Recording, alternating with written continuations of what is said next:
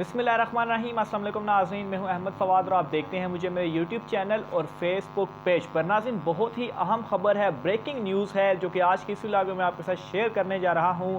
सबसे पहला इशू के वज़ीर-ए-आज़म इमरान खान साहब ने किन दो बड़े अहम पाकिस्तान तहरीक इंसाफ के लीडर्स को उड़ा दिया है, किस बड़े वज़ीर ने इस्तीफ़ा दे दिया है और किस अहम लीडर ने बगावत का ऐलान कर दिया है। बहुत अहम तफसीलात हैं, अंदरूनी मामलात इस वक्त पाकिस्तान तहरीक इंसाफ के क्या चल रहे हैं, इस हवाले से जो तफसीलात हैं ये आपके साथ शेयर करूँगा। और कितने ऐसे पंछी हैं जो कि पाकिस्तान तहरीक इंसाफ को छोड़ने के लिए जो है वो तैयार बैठे हैं, या जो ही वो देखेंगे कि हवाओं का रुख तब्दील हो चुका है तो वो पहले होंगे कि जो पाकिस्तान तहरीक इंसाफ को छोड़ेंगे। तो सबसे पहले नाजरीन मामला मैं आपके साथ शेयर करता हूँ रियाज फतियाना साहब का, जिन्होंने खुल्लम खुला ऐलाने बगावत जो है वो कर दिया है। मामला कुछ इस तरीके से हुआ था नाज़रीन के कुछ रोज़ कबल जो ज़रताज गुल साहिबा की लड़ाई के हवाले से जो एक ख़बर सामने आई थी, जो कि रियाज फतियाना साहब की जानिब से ही दी गई थी, तो उसके ऊपर नाज़रीन उनको एक नोटिस जारी हुआ है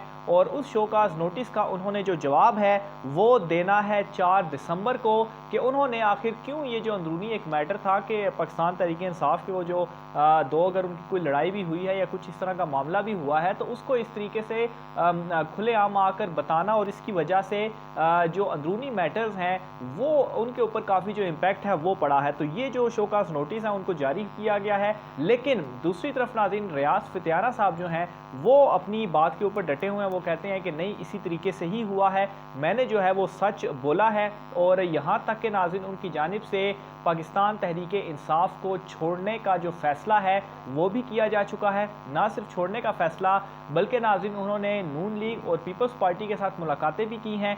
ख्वाजा आसिफ साहब जो हैं नून लीग के, उनसे मुलाकातें की हैं, जबकि पीपल्स पार्टी जो है उनकी जानिब से भी रियाज फतियाना को ये ऑफ़र दी गई है कि वो जो है वो पीपल्स पार्टी में जो है वो पीपल्स पार्टी में जो है वो शमूलियत इख्तियार कर लें। अब नाज़रीन रियाज फतियाना साहब के हवाले से मैं आपको बताऊं तो ये आज़ाद उम्मीदवार के तौर पर खड़े हुए थे और इन्होंने इलेक्शन जीता था, लेकिन बाद में जो है वो फिर इन्होंने खुद पाकिस्तान तहरीक इंसाफ में शमूलियत इख्तियार कर ली थी। यहाँ तक नाज़रीन के हवाले से खबरें हैं कि इन्होंने कुछ फ्रूट की जो पेटियाँ हैं वो भी इसी तरह से नून लीग और पीपल्स पार्टी के कुछ लोगों को उन्होंने पहुँचाई हैं, क्योंकि इनकी जो राब्ते हैं वो नवाज़ लीग और पीपल्स पार्टी दोनों में है। और बहुत जल्द ये देखने को मिलेगा कि ये उन दोनों में से किसी जमातों को किसी जमात में शामिल हो जाएंगे। और ये उन पंछियों की तरह है कि जो हवाओं का रुख बदलते ही जो अपनी जमात है वो छोड़ देते हैं। लेकिन दूसरी तरफ नाज़रीन वज़ीर-ए-आज़म इमरान खान साहब की जानिब से भी एक फ़ैसला किया गया है और वज़ीर-ए-आज़म ऑफिस से एक ख़बर जो है वो सामने आई है, जिसके मुताबिक इमरान खान साहब ने जो PAC कमेटी है, पब्लिक अकाउंट्स की जो कमेटी है, बहुत अहम वो कमेटी होती है, उनके जो रुकन है कि कौन कौन उस कमेटी में मौजूद हैं, उनकी जो तफसीलात है, जो लिस्ट है वो मांग ली है। और उस कमेटी की रुकनीत रियाज फतियाना साहब के पास भी है। तो इस हवाले से भी इतलात हैं कि इमरान खान साहब इन्हें कमेटी की रुकनीत से जो है वो हटाएंगे और इनकी जगह पर कोई और शख्स होगा जिसको लाया जाएगा। और दूसरी तरफ रियाज फतियाना साहब कहते हैं कि जो सोर्सेज हमें बता रहे हैं कि वो इस जो है वो इंतज़ार में है कि बजाय वो ख़ुद पाकिस्तान तहरीक इंसाफ को छोड़ें, उन्हें निकाला जाए पाकिस्तान तहरीक इंसाफ से, ताकि वो किसी दूसरी जमात में जो है वो शमूलियत इख्तियार कर लें। दूसरे नंबर पर नाज़रीन एक अहम वज़ीर के मुस्ताफ़ी होने के क्या मामला है। तो मामला इस तरह से नाज़रीन के अलीम खान साहब की जानिब से इस्तीफ़ा जो वज़ीर-ए-आज़म इमरान खान साहब को पेश किया गया था वो अब बाकायदा तौर पर मंजूर हो चुका है। वो अपने ओहदे से मुस्ताफ़ी हो चुके हैं। उनके मुस्ताफ़ी होने की क्या रीज़न थी, एक तो पंजाब में जो है वो काफ़ी ज़्यादा एक्टिव भी थे, इमरान खान साहब को उन्होंने साथ भी दिया था, लेकिन वो ये चाहते थे कि पंजाब में जो वज़ारत आला की नशिस्त है वो उनके पास हो जाए।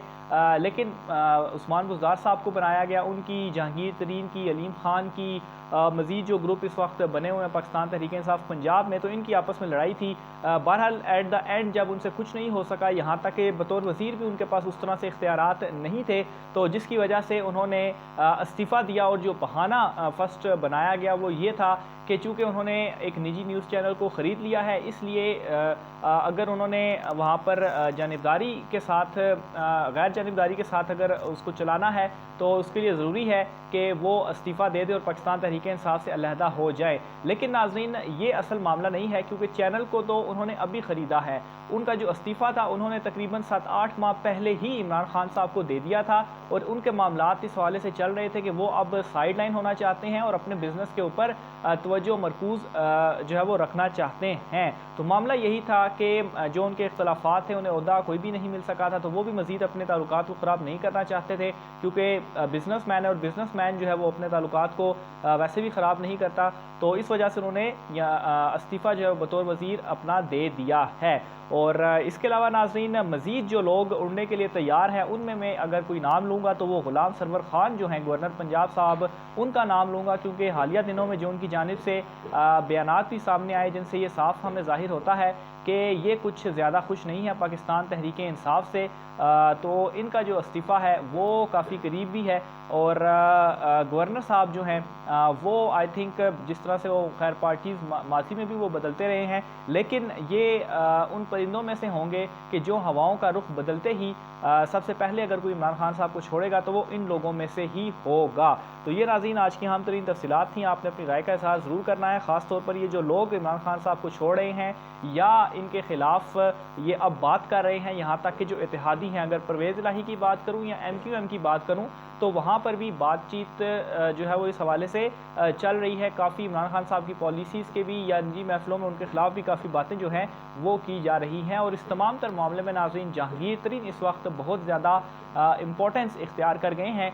एक तो जो उनकी मुलाकात हुई कल यूसुफ रज़ा गिलानी से, उसकी तफसीलात मैं अपने पिछले व्लॉग में दे चुका हूँ कि दरअसल में वो उनकी जो सास थी उनकी वफ़ात की ताज़ियत करने गए थे, लेकिन सियासी मामलात वहाँ पर डिस्कस हुए। और मैं ये भी आपको बताऊँ कि 1 घंटे से ज़ायद की यह मुलाकात थी। ओन चौधरी भी वहाँ पर मौजूद थे। बहुत अहम सियासी जो सूरत हाल इस वक्त चल रही है, इन तमाम तर चीज़ों के ऊपर उनकी जो गुफ्तगू है वो हुई है। और जहांगीर तरीन अभी तक तो उनकी जानिब से कोई फ़ैसला नहीं आया और अभी तक तो वो यही कह रहे हैं कि वो पाकिस्तान तहरीक इंसाफ का हिस्सा थे, हैं और आइंदा भी रहेंगे, तहरीक इंसाफ की टिकट पर ही लड़ेंगे। लेकिन नाज़रीन, जो उनका ग्रुप है, जहांगीर तरीन पूरा ग्रुप है, वो भी इस वक्त इसी चीज़ का इंतज़ार कर रहा है कि कुछ अरसा देखा जाए, क्योंकि ये जो आइंदा आने वाले कोई 3 माह हैं ये बहुत ज़्यादा इंपॉर्टेंट है। देखा जाएगा कि हवाओं का रुख किस तरफ जाता है और हो सकता है कि ये भी उन पंछियों में शामिल हों कि जो इमरान खान साहब को छोड़ जाएं। लेकिन अभी तक तो यही लग रहा है कि जहांगीर तरीन साहब जो हैं वो नहीं छोड़ेंगे। लेकिन सेम अलीम खान के हवाले से भी समझा जाता था। अलीम खान ने किस तरीके से इस्तीफ़ा दे दिया, वो उन्होंने ख़ुद को साइड लाइन कर दिया। अलबत्ता पाकिस्तान तहरीक इंसाफ में वो हैं, वहाँ से उन्होंने नहीं छोड़ा, लेकिन वजारत से वो मुस्तफ़ी हो गए हैं जो उनके इख्तलाफात थे। तो बहरहाल इस हवाले से मज़ीद जो तफसीलात होती हैं वो आपके साथ शेयर करते रहेंगे। आपने अपनी राय का इज़हार लाजमी करना है कि इमरान खान साहब की जानिब से रियासत फतेहाना के हवाले से जो फैसला किया गया उसको आप किस तरीके से देखते हैं और ओवरऑल जो इस वक्त पॉलिटिकल सिचुएशन है अपने कमेंट में जो है वो राय का इज़हार कीजिएगा। आज के व्लॉग से इतना ही, मुझे इजाज़त दीजिए। अल्लाह हाफ़िज़।